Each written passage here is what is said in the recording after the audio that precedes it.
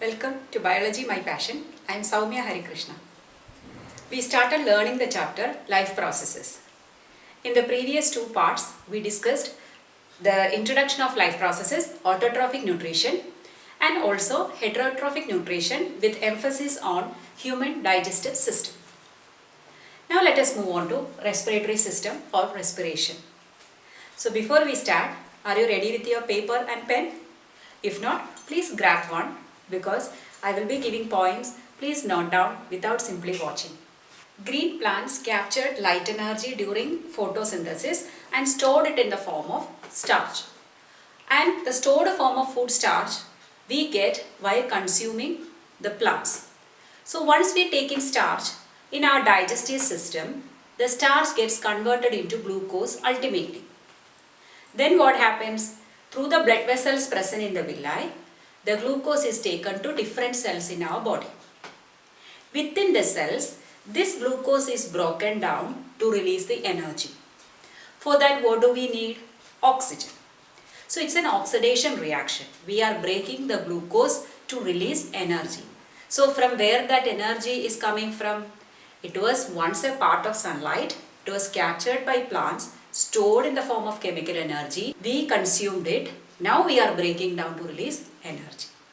Okay. So that process is called a respiration. So when we are doing respiration, we exhale out carbon dioxide. As I told, oxygen is required. It's an oxidation reaction to break down glucose. But what are we releasing out?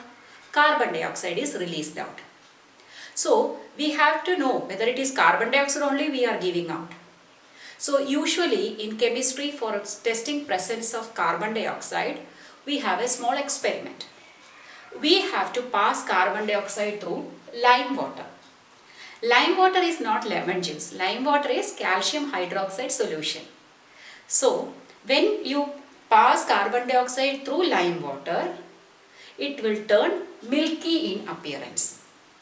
You are learning in chemistry why is it happening? Because of the formation of calcium carbonate. It is forming the white color. But again, if you pass excess, that color will go off. Right? That you are learning in chemistry. So here a small activity is given in your textbook. That is, you have to take 2 test tubes of lime water. In one, using a pitch carry, means a pump, you just pump the atmospheric air. We know atmosphere consists of 0.03% of carbon dioxide. It is very less. In the second test tube, we are asked to blow out or exhale out. That has more carbon dioxide in it. So which one will turn milky fast? Yes, the one in which we are exhaling. Lime water is turning milky shows that carbon dioxide is evolved out during respiration. There is one more activity. You take some warm water. To that you add sugar, or you can take fruit juice also, but sugar should be there as a nutrient medium. To that you put some yeast. You know, yeast is a unicellular fungus. It undergoes a kind of respiration called a fermentation. It is in the absence of oxygen. So after some time, you will see the carbon dioxide bubbles coming up. This we use for baking as well as brewing industry. So the carbon dioxide coming out can be passed to a lime water again. So again it will turn milky. So we know that carbon dioxide is the gas which is evolved out after respiration. So now we mentioned respiration can be in the presence of oxygen or in the absence of oxygen. If oxygen is there, what is advantage? Glucose will be completely broken down to release maximum energy out of it. But if it is partial oxidation, means in the absence of oxygen, we may not get large amount of energy. So the respiration is starting with a respiratory substrate called glucose, because we are breaking down glucose to release energy. So which is the respiratory substrate? Glucose. So what is the substrate? The compounds that are oxidized during this process are called substrates. But in higher classes you will learn it's not only glucose, we can make use of sometimes proteins or fat or some organic acids also as substrates. But now we are learning glucose, or even otherwise glucose is the most favored substrate for our body to release maximum energy.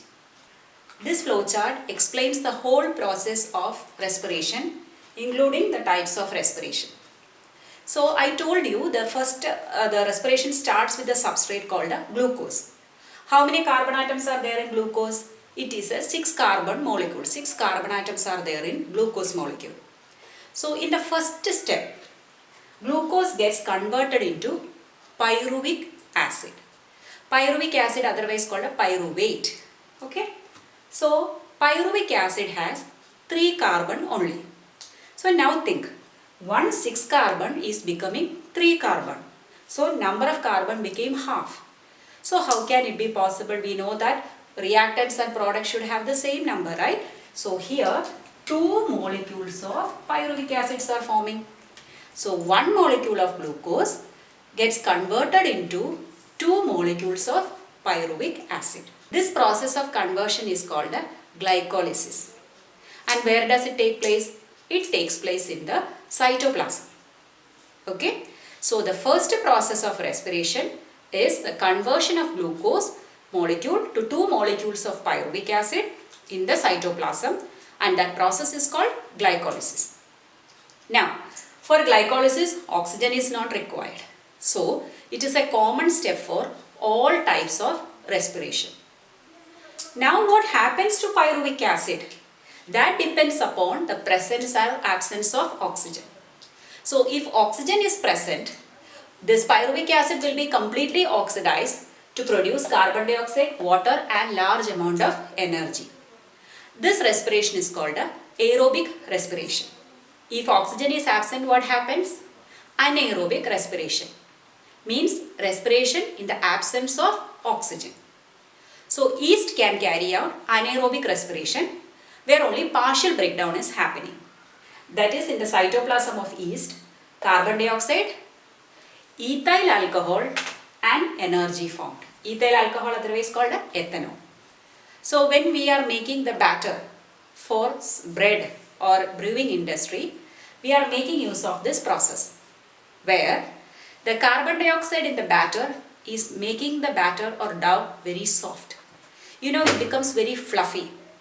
Or when you are making appam or something, you can see the bubbles coming and breaking. So those are the carbon dioxide molecule making it soft and fluffy. But don't think that by consuming ethyl alcohol, something will happen. No, ethyl alcohol is highly volatile. It will evaporate out while cooking. Then see the amount of energy. Here, energy produced is in the form of ATP, adenosine triphosphate, which are called the energy currency of the cell. So here 36 ATP molecules are forming. After utilizing everything, some more will be formed, but we utilize some for the process itself. So ultimately what we gain is from 1 glucose molecule 36 ATP if it is aerobic respiration. But if it is anaerobic respiration, only 2 molecules. See the difference? In case of muscles, anaerobic respiration can happen. Imagine you are vigorously working out, or you are running, or you are doing some exercise, but without proper warming up. What happens after some time? Your muscle will get fatigue. You will feel some kind of pain. If you are ignoring that and you are continuing the work, then it will end up in a sprain. Why is that happening?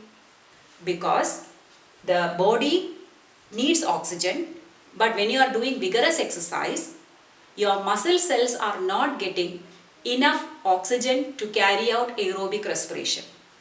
So the muscle cells will switch to anaerobic mode of respiration. So can we expect carbon dioxide, water and energy? No. Anaerobic pathway will produce carbon dioxide and lactic acid and energy. So this lactic acid will accumulate in the muscle cells, ultimately leading to muscle cramp. Okay? So muscle cramp is caused by the accumulation of lactic acid formed by anaerobic respiration.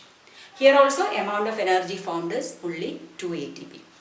So after a muscle cramp, when you are taking rest, what happens? Your liver will convert it back into sugar in the presence of oxygen, or heart will convert it back into pyruvic acid. So we will be normal again. Shall we discuss the differences between aerobic and anaerobic respiration? It is an important question. Anaerobic here means fermentation in yeast. So takes place in the presence of oxygen, takes place in the absence of oxygen, the most fundamental difference. During aerobic respiration, complete breakdown of glucose happens, where here partial oxidation of glucose happening. End products are carbon dioxide, water and energy. End products are ethanol, carbon dioxide and energy. Large amount of energy is released, small amount of energy is released. Takes place in the cytoplasm and mitochondria. That is, the first part glycolysis takes place in the cytoplasm and the second part takes place in the mitochondria. Whereas, if it is in yeast, it takes place only in the cytoplasm. And finally, you can write carried out by higher organisms, whereas fermentation takes place in yeast. So these are the differences. So when it is asked for 2-mark question, you have to write minimum 2 points, and if it is a 3-mark question, 3 points. But whenever you are writing differentiating questions, make sure that whatever statement you are writing to the left, its contradictory statement should be to the left. For example, here I have written like that. Here about the where it is happening in the presence or absence of oxygen, end products, partial complete oxidation. Don't write takes place in the presence of oxygen, takes place in the cytoplasm. Or here end products are carbon dioxide, water and energy, other side large amount of energy. Don't do that. Always corresponding statements should be there on both the sides. After aerobic respiration in mitochondria, large amount of energy is released. Simply we cannot leave energy in the body because we may not be using at that time. So they are stored in the form of energy rich compounds. Those energy rich compounds are called ATP. ATP stands for adenosine triphosphate. Tri means what? 3. 3 phosphorus molecules are there attached with the adenosine. So for that, usually in the cytoplasm, we have adenosine diphosphate. Di means 2. To that, one more phosphorus will be added to make adenosine triphosphate. We know whenever something is added in a chemical reaction, bond is forming between those elements. So bond means what? Energy. So when ADP is joining with one phosphate group, then energy is captured in that bond. That's why ATP is becoming energy rich compound, or we call it as energy currency of the cell. When do we need to buy something? We have to give currency, right? So by spending currency, we obtain things. The same way, in our body, when we want to do something, we need energy. I am talking to you. I need energy. You are listening to me. For that also you need energy. And during these two processes, many chemical reactions are happening in our body. That is, life processes are going on. For that, energy is required. For whatever reason, whichever reaction is endothermic. Endo means what? Energy requiring reactions in our body. We need to provide energy. So, which is the available form of energy? ATP. We spend ATP to carry out that particular life process. Okay, so ATP is the energy currency of the cell. Now we are going to see two major concepts related to gaseous exchange in plants. The first one, how does it occur in plants? You know that gaseous exchange happens during photosynthesis and respiration. It happens through small pores present on the leaves called a stomata. Or there is one more part in the plants called lenticels. You are not familiar with that. Actually, when soft green stem of a plant is becoming a woody trunk, the multicellular layer has suberin, so it is impervious to gas and water. So to allow the gaseous exchange, there will be loosely packed parenchyma cells. Those are called lenticels. So you need not remember that. What you have to remember is mainly stomata present on the surface of leaves, mostly on the bottom epidermis or the lower epidermis, for the exchange of gases. Now how is it happening? There is large intercellular space. If you have watched my previous video, when I taught you the drawing or the cross section of leaf structure, there I mentioned to leave some space in the mesophyll cells, that means the lower spongy tissues in the mesophyll. Some gaps should be there for exchange of gases I told. There the cells are loosely packed. Why? So that there will be contact, direct contact with air. So gaseous exchange can always happen by a physical process called a diffusion. That is, oxygen is more outside than inside the cell or inside the leaf. So from higher concentration, oxygen will move through the stomata to the inside of the leaf. After photosynthesis, carbon dioxide will be more inside the leaf. So from higher concentration, it will go out to the atmosphere, that is also by diffusion.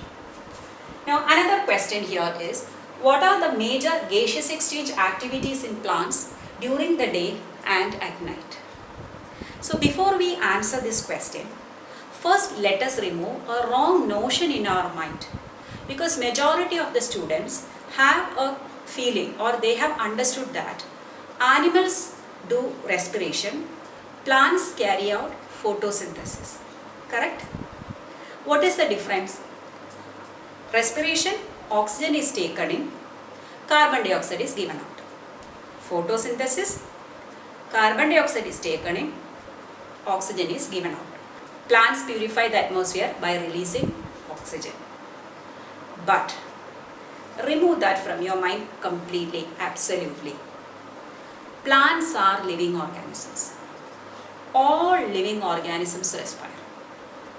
So plants have two processes, photosynthesis and respiration. Animals have only one process, respiration. So, do plants respire?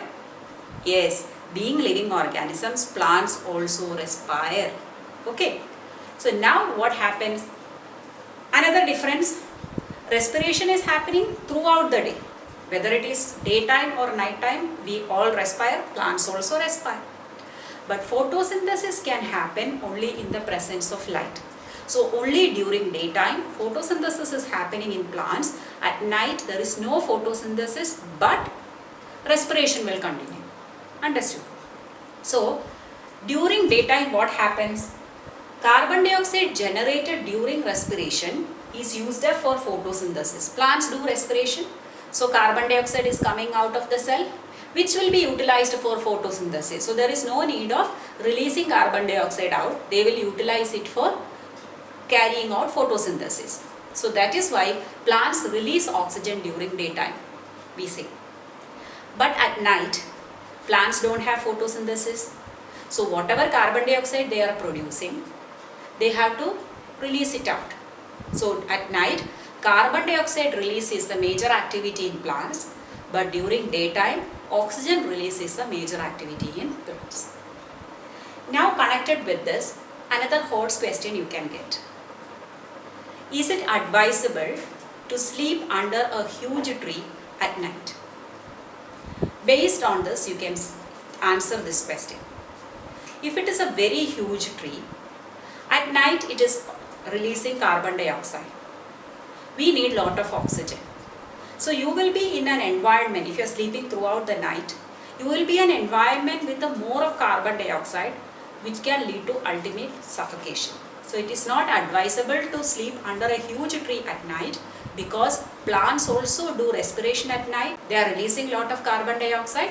So it is not advisable to sleep under the huge trees. When we come to the gaseous exchange in animals, terrestrial organisms are adapted to respire the oxygen present in the atmosphere, whereas aquatic organisms breathe in the oxygen dissolved in water. They have specialized organs for that. Now, if you observe fishes in the aquarium, you can see that they open and close their mouth. And they have a flap-like structure here that is called the operculum. It is covering the gills. Suppose this is a fish. There is gills present. Gills are red in color because it is for exchange of gases. So, this part, there is actually a flap. We cannot see the gills from outside. It is covered by a flap called a operculum. So, the water is taken in through the mouth and the water will come out through the operculum. It will open and come out. So, when water moves over these gills, oxygen will diffuse into the blood and carbon dioxide from the blood will come to the water and expelled out. But it is quite fast. So, aquatic organisms breathe faster than terrestrial organisms. If you count our respiratory rate, have you ever checked that? Now pause the video, keep timer for 1 minute and check your respiratory rate. Inhalation and exhalation count as 1, but normal breathing. Did you do that? Okay, the number is average is 14 to 17 times per minute. That is a normal one. So, but aquatic organisms it is faster. Why? Because the amount of oxygen dissolved in the water is comparatively less than the amount of oxygen present in the air. That's why they have to breathe faster to compensate the oxygen requirement. Now another most important question. We told fishes have gills to respire. Human beings have balloon-like structures called alveoli within the lungs for exchange of gases. Or some organisms like earthworm, they have moist cuticle or surface of their skin for respiration. So the respiratory surface may vary in organisms, but they all have some common characteristics. It's very important question. Whether it is alveoli asked or any respiratory surface is asked, you have to write this answer. First, large surface area, because when surface area is large, exchange of gas is also possible. Second, thin and delicate membrane. You know, if it is only one layered wall, exchange or diffusion is easier than through multi-layered wall. So the respiratory surface is as thin as possible. And rich supply of blood vessel, because in higher organisms the oxygen is going into the blood because blood is carrying oxygen to the different cells, and then carbon dioxide should go out of the blood. So rich supply of blood vessel is required in the respiratory surface. And finally, the surface should be moist for exchange of gases. So please remember, this is a very important question for you. Now we will learn about human respiration. So before that, we should know human respiratory system. So what are the parts of respiratory system? It opens with a pair of nostrils. These holes are called the nostrils. A pair of nostrils are there. The nostrils lead into a nasal cavity. The nasal cavity will open into pharynx, nasopharynx, upper part of the pharynx. From the pharynx, it will go down to another structure called a larynx or voice box. From the larynx, it comes down to the windpipe, or it is also called a trachea. The windpipe divides into two to form two branches called a bronchi, singular bronchus, plural bronchi. Each bronchus divide further into fine branches called a bronchioles. Again and again they divide, and ultimately they end up in a bulb-like structure or a balloon-like structure called a alveoli, singular alveolus. Each lung has got millions of alveoli in it. So if you can take a bunch of grapes with the one stalk dividing into two, then many grapes on it. That is similar to our lung. Okay, so let us draw that first. So like in the case of human digestive system I taught, if you can manage to draw the face, you go for it. If not, you can draw without that. So from the nostrils, this is nasal cavity, here the buccal cavity, both are opening. So I told you, if you cannot draw this, you simply start like this, enough. Okay, so but here when it comes to pharynx, you have to show a larynx also. Okay, in adolescence, the boys may have little protruded larynx or voice box, that is called an Adam's apple. Then the larynx will come down as the windpipe or the trachea. It divides into two. Each one is called a bronchus. This will further divide, branch and rebranch.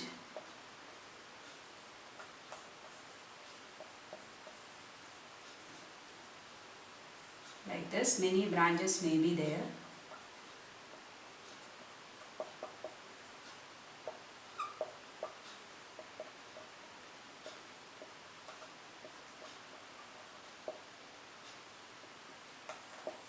Many branches. Each one will finally end. These are called actually bronchioles. Finally, each one will end up in alveoli.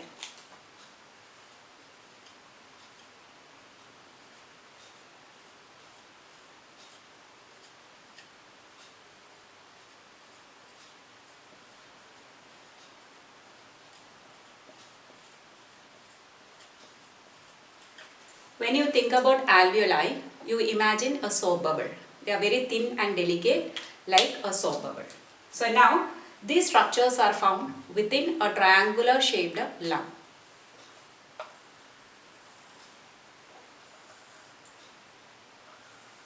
Lung has got a double layered wall. So we will draw both the lungs here.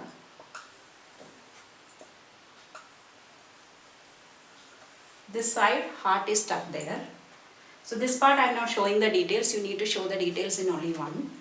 And here what is there actually, the ribs are there to protect the lungs. We know that lungs are very delicate or very soft organs, so they are well protected within the rib cage. Now one more important thing here is, it is like a muscular tube.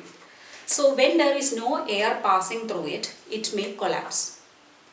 That means, you imagine when you are going to supermarket to buy something, you may be using the new carry bag. So plastic carry bag if you are using, a new one when you take out, it's very difficult to pull it apart.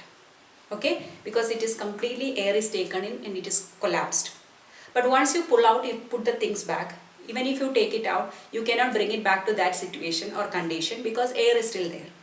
So this also can happen like that, that is, there can be collapsing of the wall of the trachea, then it will not open.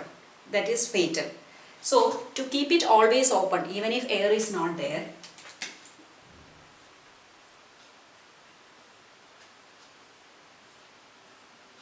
there are rings of cartilage. What are cartilages? Cartilages are soft connective tissues, flexible connective tissues. Here also rings of, suppose this is the trachea, surrounding the rings of cartilage, but these rings are not complete rings. If they are complete rings, then they cannot dilate. It is only half rings. So expansion possibility is also there. So this is another important question. What is the function of cartilaginous rings in the trachea? To prevent the trachea from collapsing even if air is not passing through it. Now let us label the diagram. So it's better you show this side the details so that labeling can be to that side. So for the time being I am doing here nostrils, nasal cavity, pharynx, larynx, or it is called a voice box, trachea or windpipe, then rings of cartilage,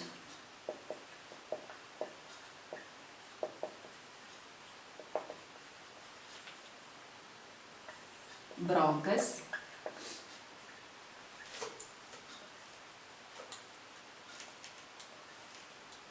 bronchiole,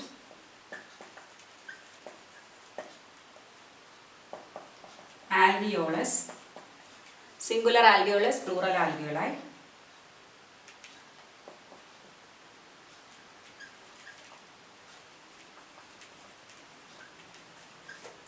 the covering of the lungs is called a pleural membrane. There are two pleural membranes, outer and inner, and this is over the dome shaped structure called a diaphragm, because diaphragm is a structure which is separating our thoracic cavity and abdominal cavity. Now we will see the functioning of our respiratory system.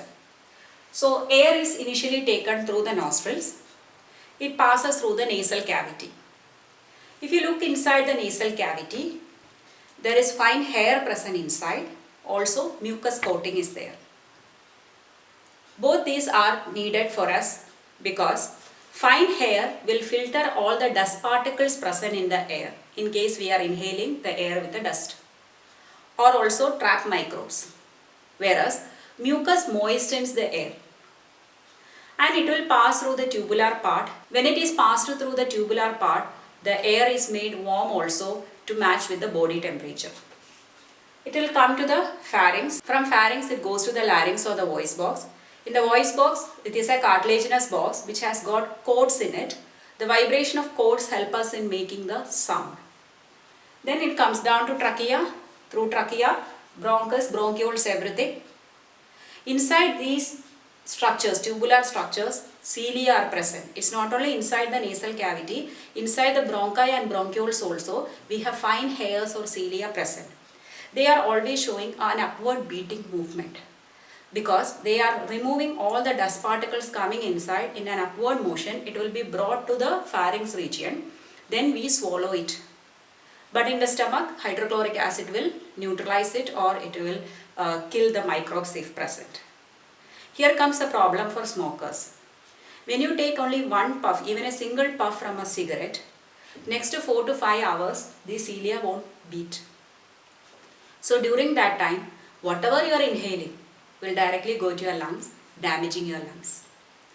Now the bronchioles finally reach the alveoli. Alveoli are bag-like structures, or they are like chambers or bubbles.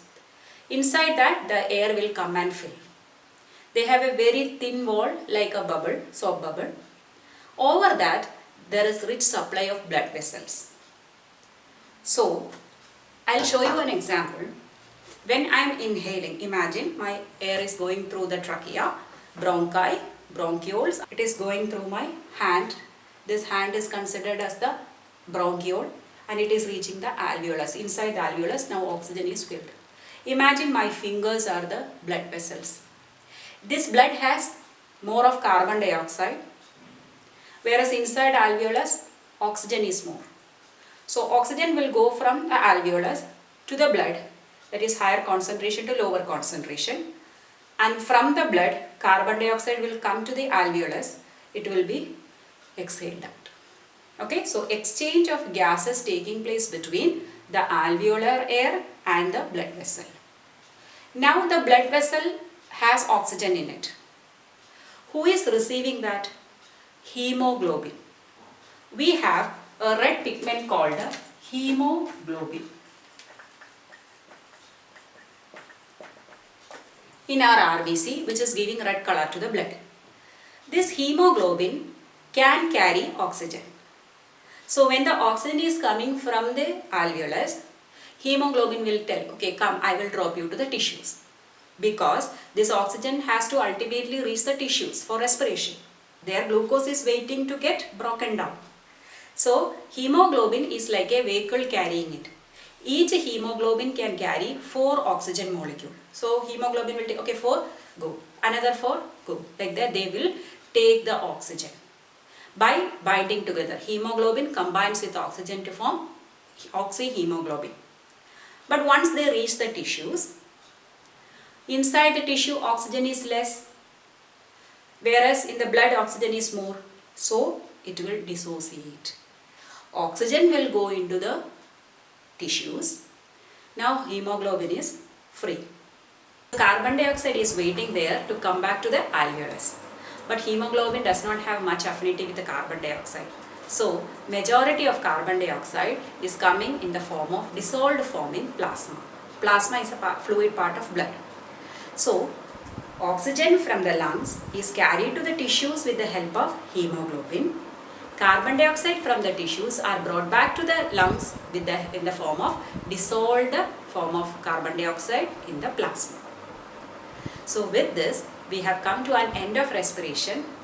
We will see with the transportation in the next video. Hope you like my teaching. Please like, share and subscribe to my channel, Biology My Passion.